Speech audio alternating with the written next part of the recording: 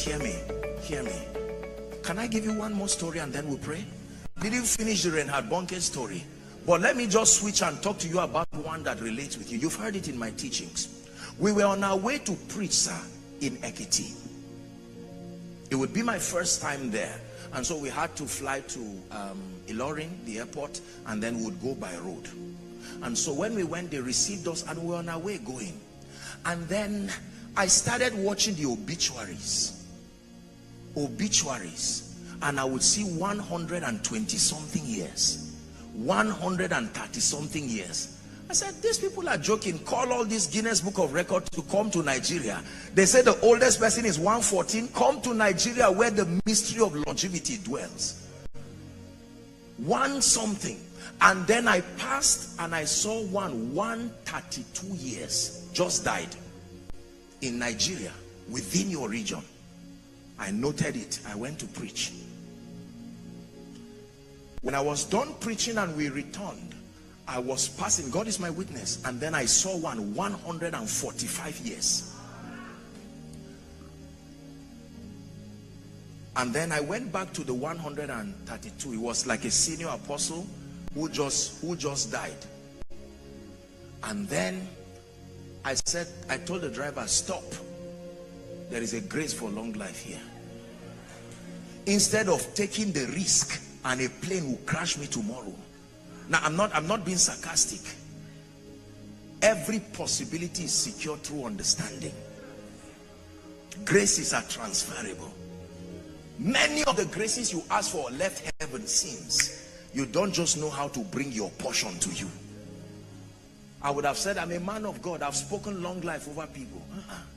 I'm too young to take that risk. I plan to live here for a long time. There is work to do for the kingdom.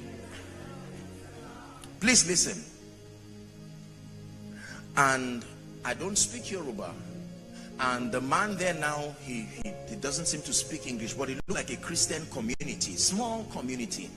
I said, no, there has to be a way out, oh Lord. I stopped, I parked this car to receive something solid. Eventually, we found someone who could speak limited English. And I said, okay, we're men of God. We came to receive the grace for long life. Who is the oldest man in this place? He must pray for us before we leave. And then eventually they interpreted it and they told us to go and meet one old man. And we entered the room. I was talking, then he will interpret. Watch what happened, please. I would speak and then he will interpret in Yoruba. And we said, we are here to receive the grace for long life. I thought the man would say, no, we don't have that grace. He laughed. He said, kneel down. I cannot know this on my own unless you take over. I'll never know this by myself unless you take over. Listen. That man said, he didn't ask, are you a man of God? Are you the one they call Apostle Joshua Selman? That's nonsense. When it has to do with reception, you remove your crown. Throw it far from you. It's not only worship that demands removing your crown. Receiving also. He said, kneel down. I knelt down quietly. And the man started praying in Yoruba. Quite honestly, I was not interested in what he was saying. All I know was that it's a law. Honor is a law. There is no gate it will not open. I come from the north. There are killings there. I said I must transport this grace for long life. The moment he was praying, I felt like a crown just being put on my head. And when we were done praying, then I appreciated him, packaged a seed and gave him. And then I went out, we were to enter the car. Then I saw some women standing there. And then I said, let me go and thank them. They were the first people we contacted. And I went there and I said, you know, Mama, they were interpreting just to say thank you. And they said, you see this man who is 132 years, this is his wife. She was like 120 something, standing, no stick. I said, let's go back. Let's go back. No, we have to go back. Behind every glory, there is a story. Oh. Let's go back. Two have become one. If the man has died, he's still alive. I thought that she was the wife of his old age, like Keturah.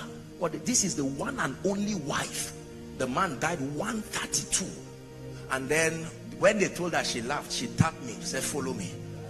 Then she opened a room, and I started seeing the pictures from those times where the deep camera inside, whatever, if you touch it, it will stain and remain there forever.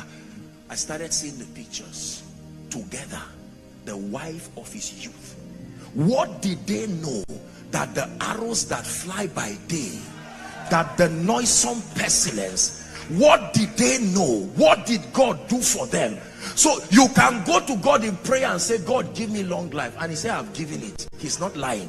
It is within your territory. Use honor like a magnet and draw it to you. Every possibility you pray for is already in Lagos here. It is the discernment. The discernment. Those people live as if they are not in Nigeria. From my father's side, the only person alive is my father. Is that not a risk to not tap into this kind of grace? And then I told her, I said, ma, we honor you for who we represent. Please forget the fact that we are men of God. I want you to give me the blessing of a mother and the blessing that was upon this man.